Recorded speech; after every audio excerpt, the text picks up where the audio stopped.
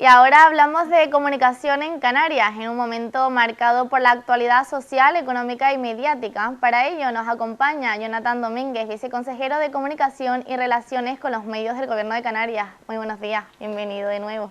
Muy buenos días, ¿Cómo muchísimas está? gracias por la invitación de nuevo. ¿Cómo está? Muy bien, muy bien. Trabajando todo el día. Mucho trabajo, eso es bueno. Significa que estamos activos, que estamos desarrollando políticas en materia de comunicación y al mismo tiempo que la presidencia del gobierno pues está cumpliendo con las expectativas que nos habíamos marcado como mínimo en cuanto a la hoja de ruta en materia de comunicación. Bueno, Jonathan, para empezar, ¿en qué punto dirías que está la comunicación en Canarias? Bueno, depende del punto de vista en el que queramos analizar la comunicación. Si hablamos desde el punto de vista del gobierno de Canarias, pues estamos ante uno de los gobiernos de Canarias más transparentes de las últimas legislaturas, porque se han hecho reformas estructurales en cuanto a cómo funcionaban los gabinetes de prensa del propio gobierno y al mismo tiempo en cuanto a que coincide el relato del gobierno con la realidad de lo que ejecuta el gobierno. Cuando hablamos de relato y de realidad, nos encontramos a otros gobiernos, las comparaciones son odiosas, pero me refiero a cuando escuchas a los representantes de un gobierno decir constantemente una cosa y que después los hechos no coinciden. En este caso hemos logrado que el gobierno de Canarias coincida el relato, lo que es la línea de actuación, la línea de comunicación, con lo que está ejecutando el propio gobierno de Canarias. Bueno, y una de las herramientas o objetivos importantes en su consejería ha sido el mapa de medios, que ya está publicado y aprobado. Cuéntanos cuál es el panorama. Bueno, pues el mapa de medios es una herramienta fundamental dentro del ámbito de la comunicación por tres factores fundamentales. El primero, porque por primera vez existe en Canarias un registro, un lugar donde los ciudadanos pueden verificar, ver, comprobar que si hay medios de comunicación en concreto que ves en internet, a ver si realmente está verificado como tal. Eso no existía, eso es muy bueno para que la propia sociedad pueda identificar tanto a los medios de comunicación como a los canales de comunicación o como a las herramientas emergentes que en materia de comunicación hay muchísimas en este momento. El mapa de medios lo que hace es eso, darle luz a toda esta realidad que existe en materia de comunicación a través de un registro, un mapa que es público, que es legal y que al mismo tiempo tenemos la certeza de que lo que vayamos a ver ahí pues es cierto. Al mismo tiempo, una herramienta útil para el propio gobierno, puesto que sabe que con qué medios cuenta la realidad de la propia comunidad autónoma para poder transmitir información de interés a la ciudadanía a través de estos medios. Y al mismo tiempo para que la ciudadanía sepa de manera transparente con qué medios de comunicación trabaja o qué medios de comunicación ha verificado y reconoce el gobierno de Canarias como tales.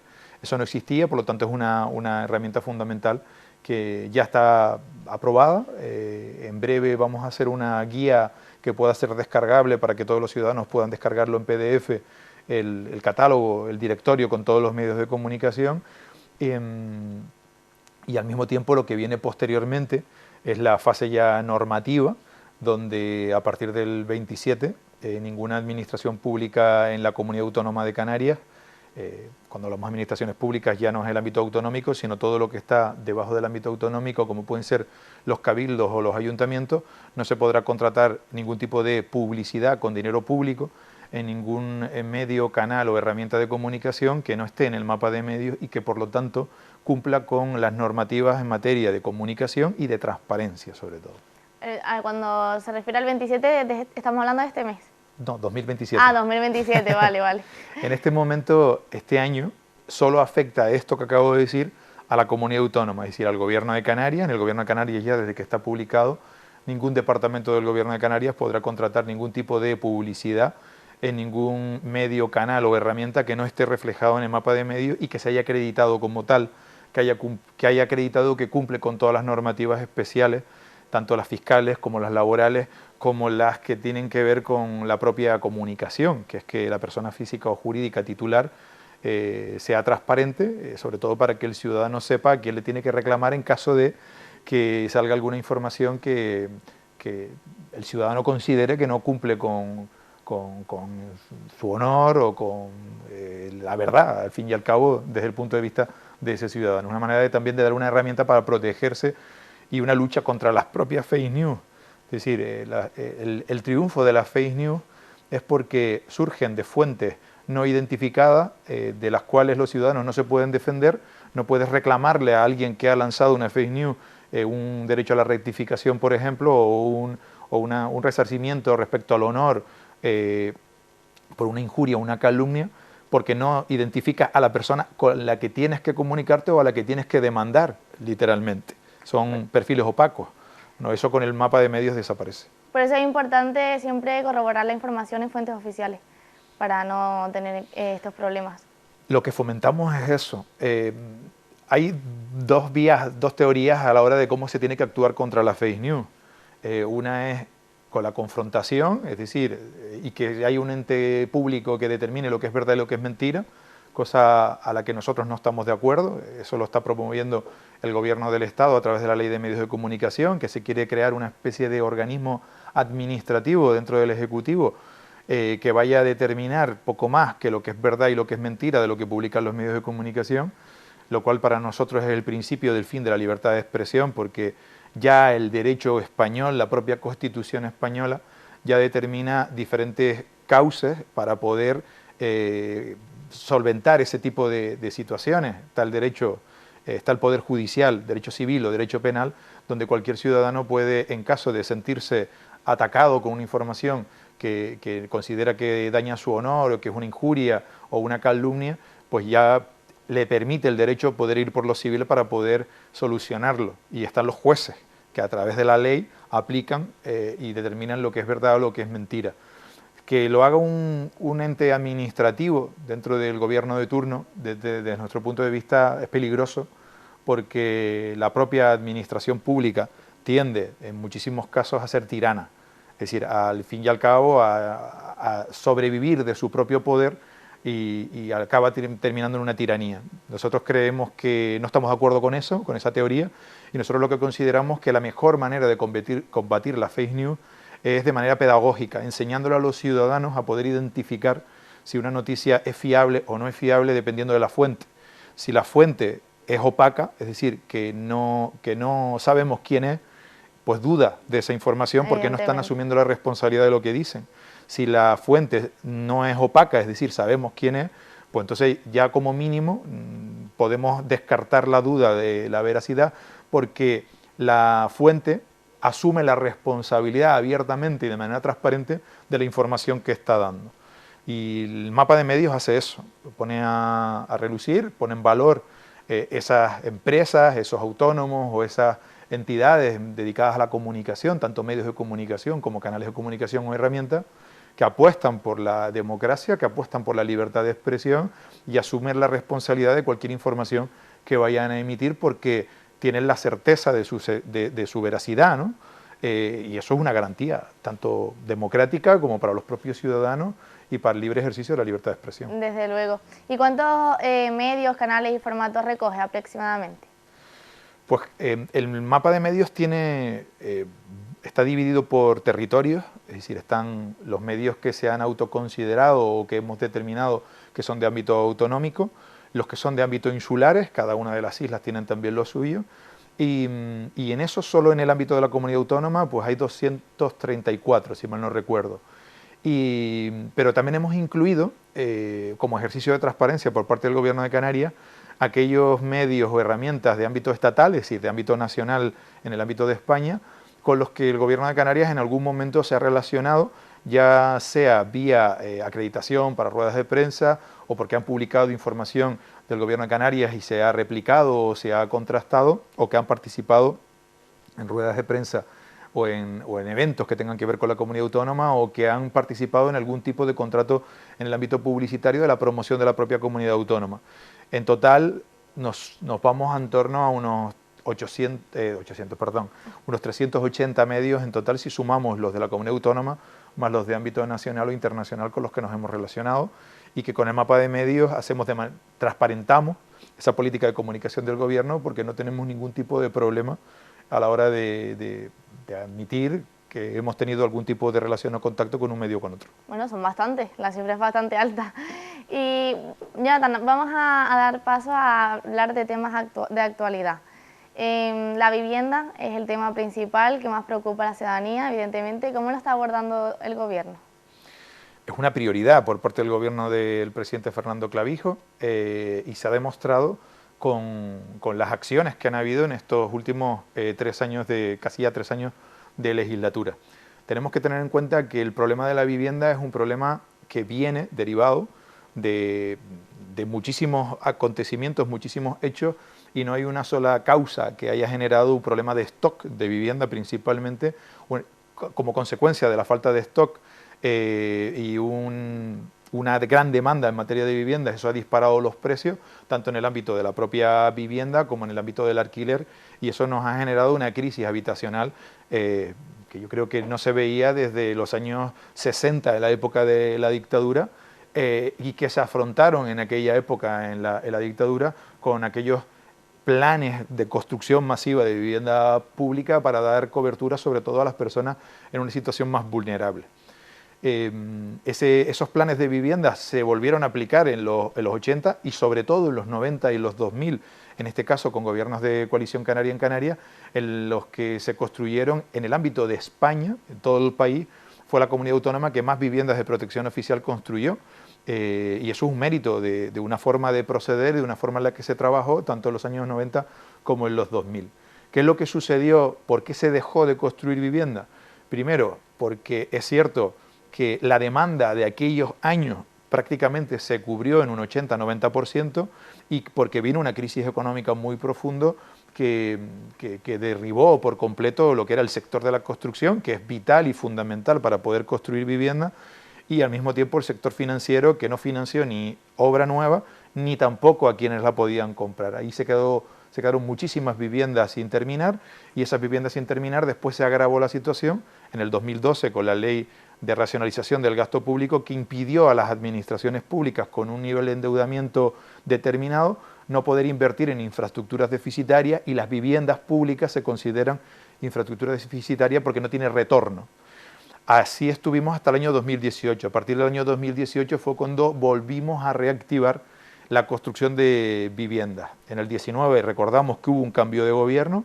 Aquel plan canario de viviendas que el consejero Pablo Rodríguez intentó echar a andar entre el 18 y el 19 para poder afrontar esta situación, en la legislatura del Pacto de las Flores prácticamente quedó paralizado.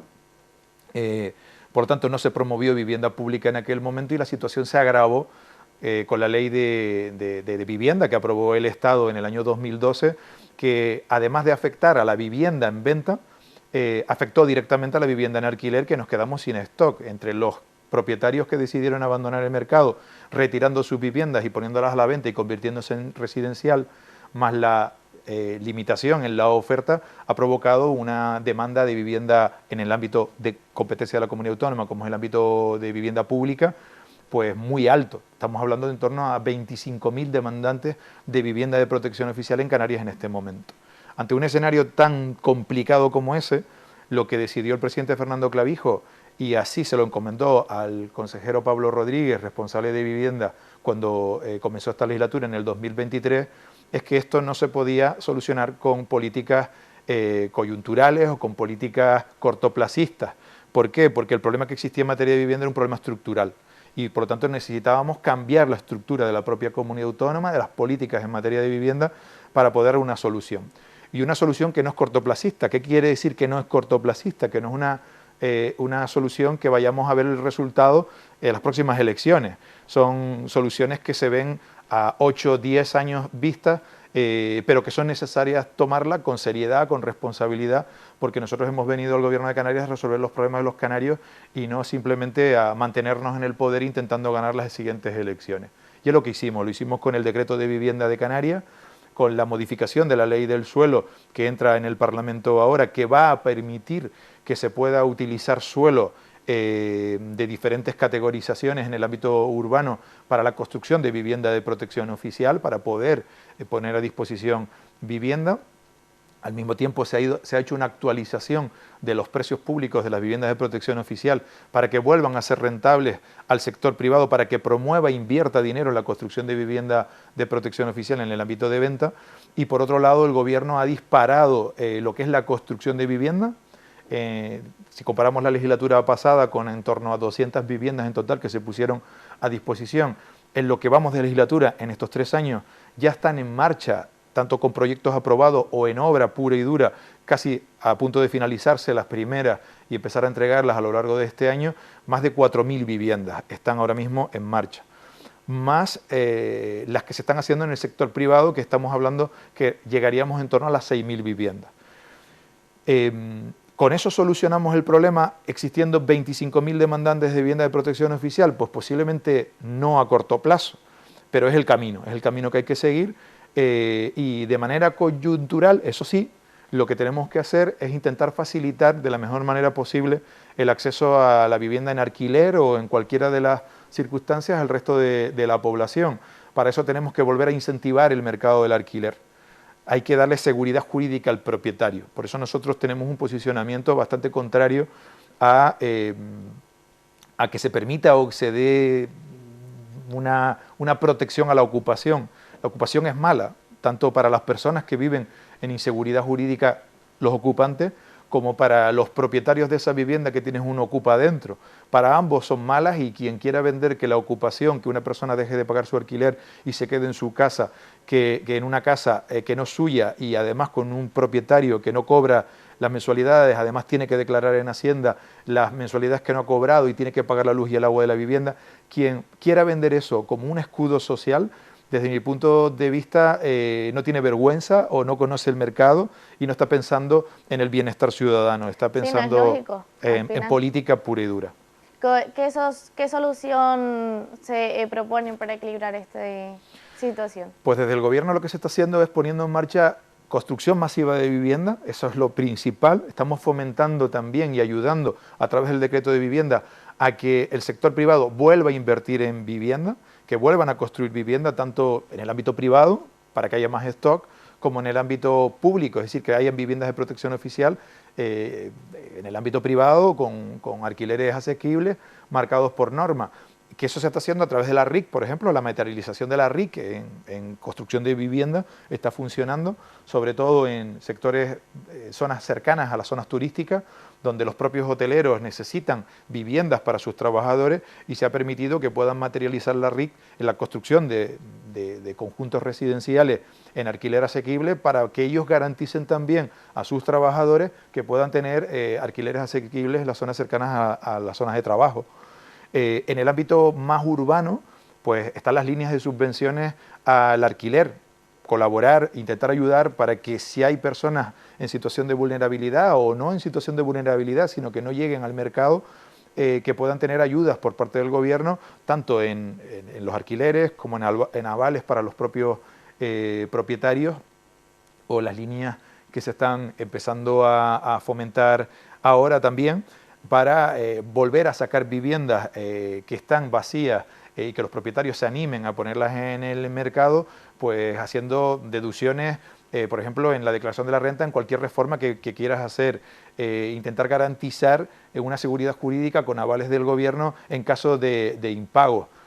Aunque, insistimos, la ocupación es negativa y lo peor que le puede pasar al sector inmobiliario, y uno de los principales causantes, de los principales culpables de que no hayan viviendas en alquiler, son la gente que se queda de ocupa y no paga los alquileres, o directamente han invadido una vivienda y ni siquiera con un contrato, si directamente se han quedado en ella. Y no hablo de grandes tenedores, porque hay algunos políticos, principalmente en la izquierda, que hablan constantemente de los grandes tenedores. En Canarias prácticamente no hay grandes tenedores de vivienda. En Canarias las viviendas que están siendo ocupadas principalmente son viviendas de familias modestas, de trabajadores que han invertido gran parte de su vida en poder construir su casa, en poder después construir otra segunda planta, o invertir sus ahorros en comprar un pisito que en su momento era para sus hijos cuando iban a estudiar, y al final lo han puesto en alquiler, todo su esfuerzo, todo su sacrificio, y ahora tienen esas viviendas que la mayoría son personas jubiladas, que son un complemento a su renta,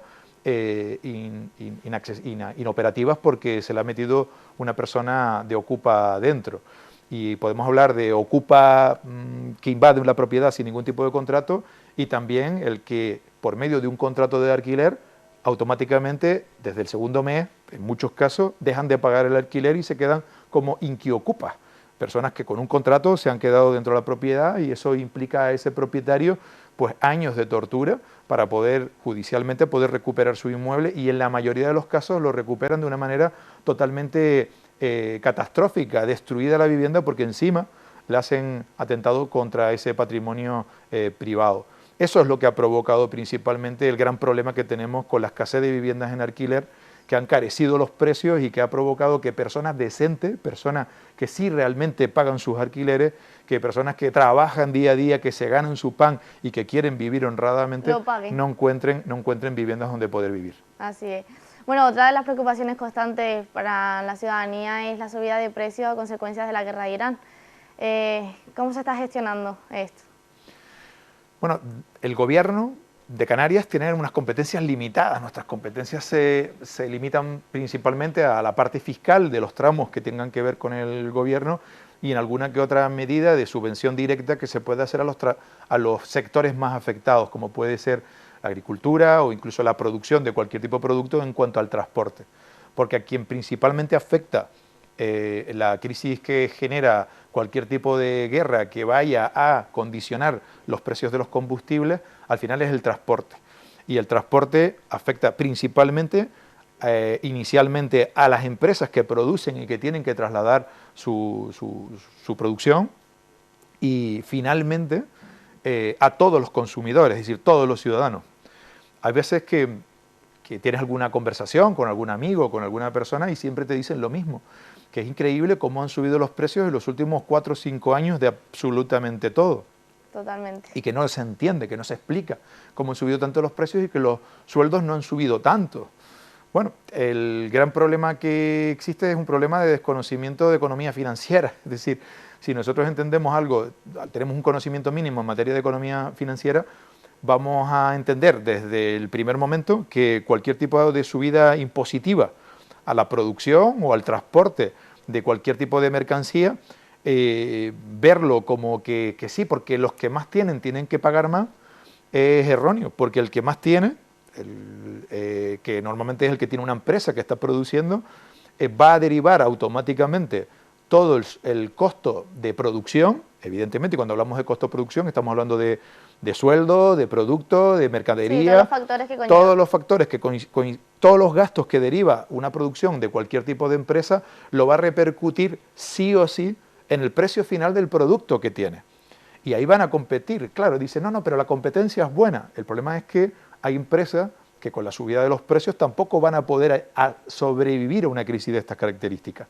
Desaparecerán empresas, cada vez habrán menos empresas y todos los productos van a ser todavía mucho más caros y quien va a pagar esto, y que lo está pagando ya, al final es, y además no solo la ciudadanía general, sino sobre todo el que menos tiene, porque el que menos tiene menos recursos para poder comprar productos básicos de necesidad, que son los que normalmente más crecen cuando hay una crisis que afecta al transporte. Bueno, y la gasolina, evidentemente. El transporte. Bueno, al fin y al cabo es el combustible. La subida de la gasolina, cuando veamos subida de gasolina, automáticamente lo que siempre hemos aprendido en casa con un poco de economía financiera, sube la gasolina, pues haz stock de productos de primera necesidad, como puede ser el aceite, los enlatados y demás, antes de que encarezcan, porque van a encarecer mucho los precios de estos servicios. ¿Qué ha hecho el gobierno? Pues el gobierno ha intentado incidir en la parte que le corresponde. Nosotros hemos sacado un decreto para una eliminación de lo que es la parte impositiva del gobierno de Canarias a los combustibles en el transporte durante un mínimo de 100 días, 3 meses, de manera prudencial, a ver cómo va surgiendo esta crisis, a ver cómo puede afectar y que sirva como mínimo de colchón mientras se hace algún tipo de medida más estructural, que realmente quien debería de hacerlo es el Estado. Al fin y al cabo es el gobierno de España quien tiene más herramientas para poder hacer ese tipo de acciones. Por ejemplo, en materia de IRPF, por ejemplo. Si sabemos que las cosas se van a encarecer, pues habrá que deflactar el IRPF y que la gente pague menos IRPF y que cobre más dinero.